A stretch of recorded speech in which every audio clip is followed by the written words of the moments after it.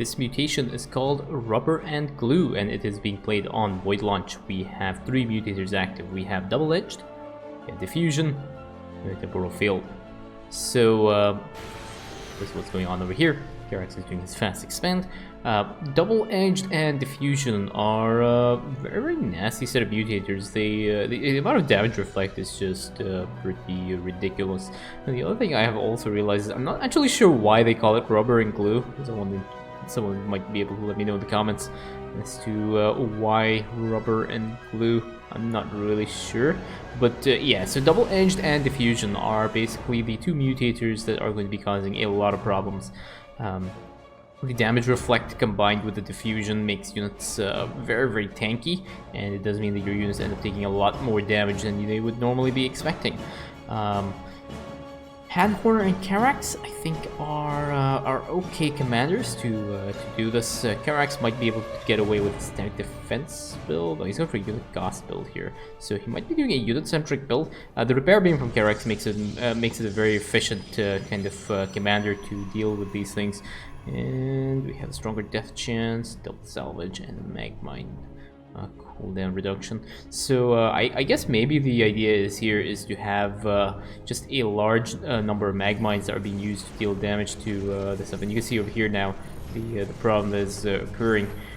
Not only is there diffusion active, making these structures take a little bit of unnecessary damage, but the damage reflect also makes this a relatively long process to clear.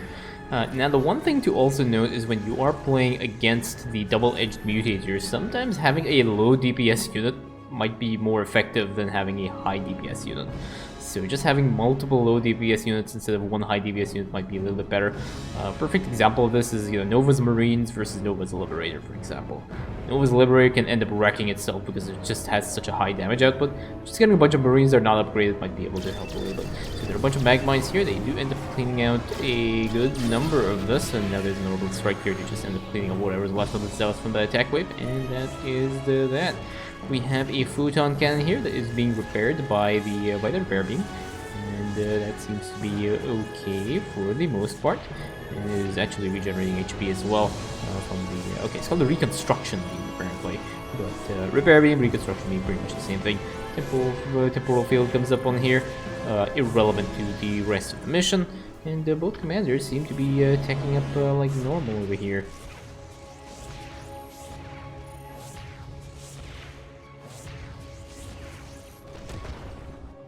So there is an SCV now that will be moving forward. Will it be putting down a bunch of magmines here? No, I'm not sure what the SCV's plan was. I have no idea what the intent of that SCV was. But you can see here this assault galleon is actually taking a lot of damage, even though it has a repair beam on it. It's really painful to try and clear your expansion out. And now we have the second attack wave that is making its way towards the player's main base. Our allies are being attacked. Leave them alone.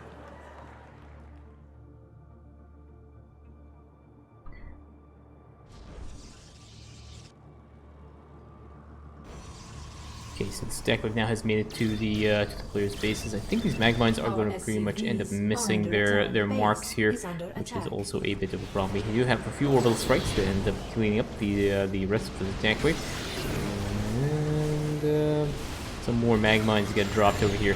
The one thing about it is magmines are actually considered air units as well when it comes to there we go, that ends up cleaning the cell. They are considered air units when they are in the process of being armed, so there's something else to take into consideration when you're up against an air attack wave. Now generally what I do is I put the magmines on these 2 corners over here.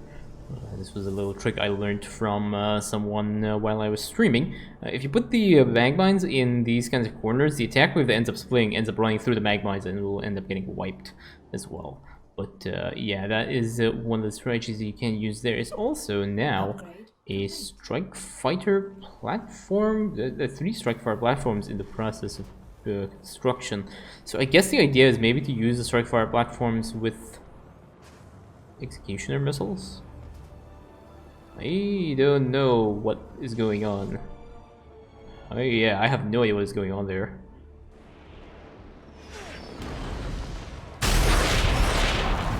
Okay. Yeah, I'm really confused there. Anyway, we do have a bunch of shuttles that are making their way over here. Now we have the Purifier beam that will end up cleaning up this attack wave. Now we have the call in the fleet as well. I'm gonna pull up the server interface again. Something not like to disappear with that. And anyway, the first set of shuttles have been cleared in the in this first set of interesting uses of the call downs from Hand Horner. Not really sure. Karax is giving his ally a notification that there is a chrono wave coming up. And now there is a chrono wave that is coming up, and is anyone going to be taking any advantage of it? Hand Horner is going to be doing the research, so they are getting a little bit of that. And they're also getting their they're just getting all their upgrades right now. Hellion upgrades, Reaper upgrades. And yeah, that is a very, very interesting choice of upgrade selection over there. But now the research vessel will be making its way towards the first most objective, and Karax already has now a bunch of carriers with their interceptors.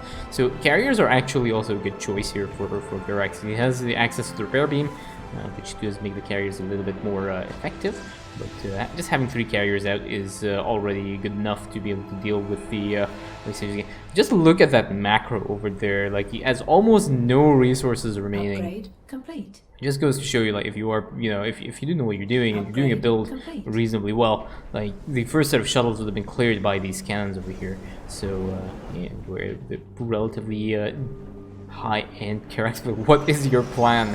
I think there is no plan over here. It is just random, because all the upgrades are being researched for Hand Horner. This might be a rock. This might actually end up being a rock slapping champions video. Okay, so we have another attack wave that's coming up. Shield batteries in position and clearing out that side. And now there are a few hybrids that need to be cleaned up. And there we go. That is the hybrids cleared. And now all that's left is for Karax to deal with the shuttle wave that is going up. Turret coming. We're going to pretend some turrets. That's his plan.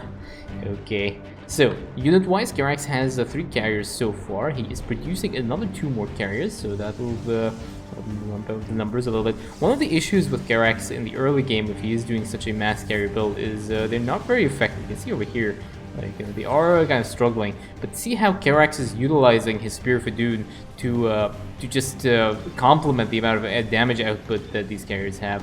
And that is one of the things that a lot of people do not do. They do not utilize their Spear of Adun as much. In the early stages of the game, you end up fooling a lot of minerals, and you have a lot of Spear of Adun energy. You should be using the Spear of Adun and your mineral. You should be using your Spear of Adun to deal damage to the attack waves. You should also be using the spare minerals to build some static defenses here. These hybrids have a little bit too much range. Rogue gets lifted up, and we get to drop back down again. And now that wave is done. So we'll be waiting for the next set of attack waves over here. So we will see what is going on over here for our Hand Horner ally. Production wise, he's going for the napalm payload. I think he's just going for all the upgrades here, which is not very efficient, because he's probably not going to be ending up using a lot of these things here. And some of these sectors you get trapped in the temporal field and will end up getting picked up by that photon cannon. But Alien Karax is starting to push in here, and he is okay. Unit-wise, Karax is up to 5 carriers so far, another 3 carriers in production. And he is saying that there is going to be a chrono boost, or a chrono wave, in 30 seconds. And that will allow him to get a few more carriers up and running. Some more assault gallons now, some more turrets as well. So add-on. He has gone for the hangar bay upgrade, which I guess is okay in this case. And now we have a chrono wave coming up, and a lot of Reapers are being made as well, in addition to a bunch of Widow Mines. The Widow Mines are actually not that bad, but he needs to put these Widow Mines in the spawn location here, so he can deal with the attack wave as soon as they spawn. Now there are some strike fire platforms get sent into this enemy base. Again, kind of okay, but again, no real utilization of the call down over here. So again, this is, I guess this might be okay, because it'll end up clearing out some of these shuttles. But Hand Horner will need to do a lot more to be able to make sure that he'll be able to hold against these attack waves that are going to be getting stronger throughout the course of the mission. Now there's another attack wave that is making its way here. This will probably end up hitting this base. These mag mines are a little bit too late, I think. Oh no, just in time. And now we have a Solar Lance as well that gets dropped here. And pretty much most of these hybrids have been cleaned up. One last hybrid remains, and that will get taken out by the last Photon Cannon over there. And one of these carriers, unfortunately for Karax, is getting stuck. Karax is up to now 10 carriers, so this number is starting to grow and getting a little bit... it is starting to get a little bit stronger, but still, because of the double-edged Mutator and the Diffusion, it's going to make the Interceptors take a little bit too much damage. But once Karax starts to mass up those carriers, he becomes really, really deadly, and you can see already 3 carriers in production right now for Karax.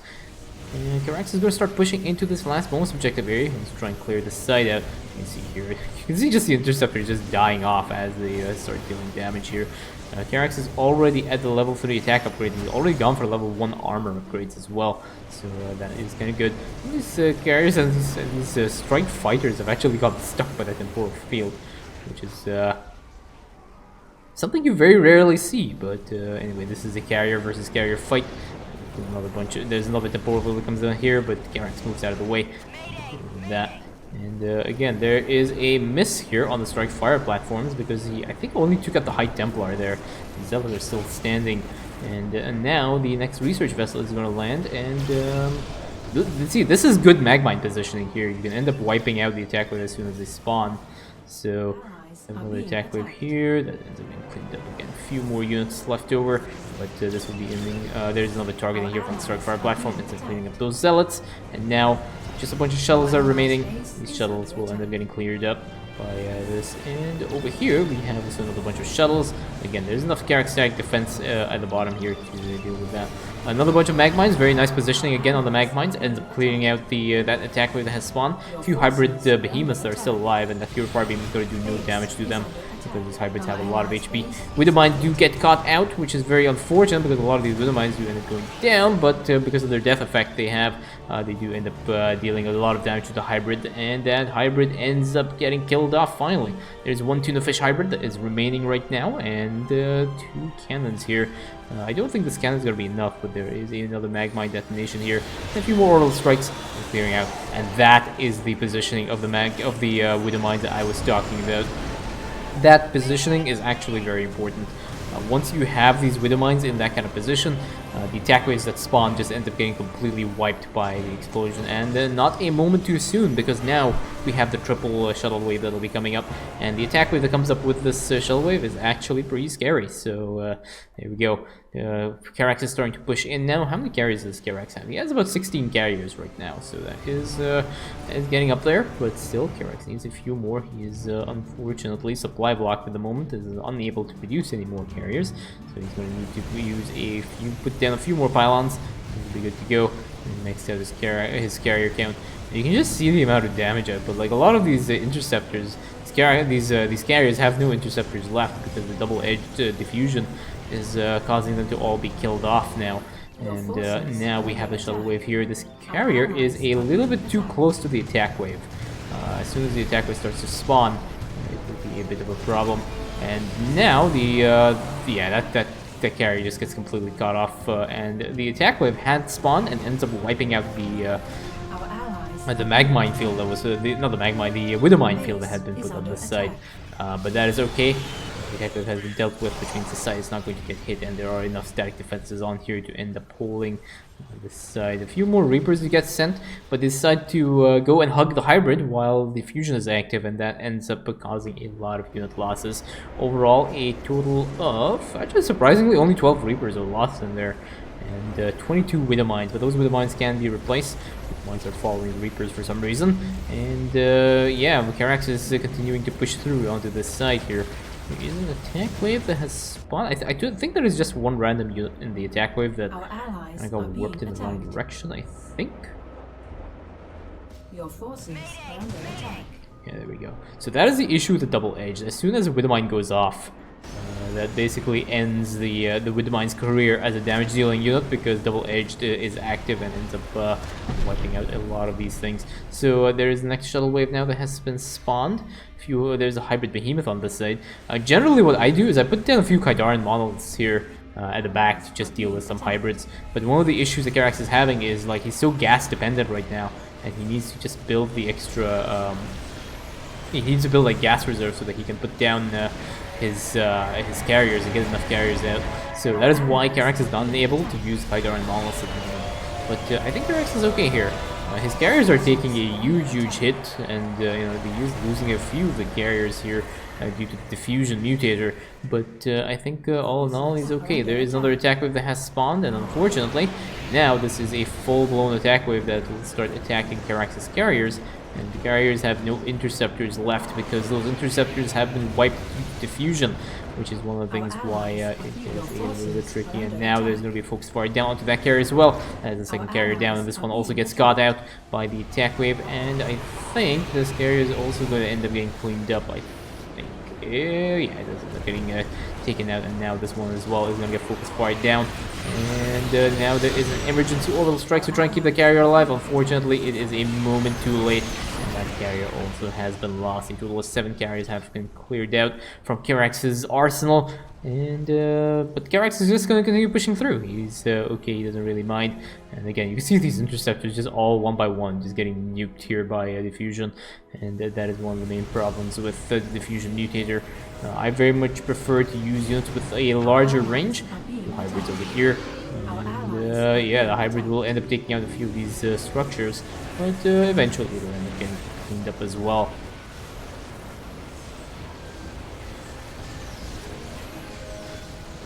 So now we have another shell wave that has been spawned. There is a hand-horner battlecruiser over here, but the battlecruiser is firing at, you know, in the middle of an enemy flock of units, and the enemy flock of units has diffusion, so that is a lot of damage output onto that one battlecruiser, so that battlecruiser ends up not living a very long life now. So there is a tuna fish hybrid here, which will also get killed off by a bunch of carriers and a bunch of colossi that seem to be walking in no apparent direction and with no apparent goal.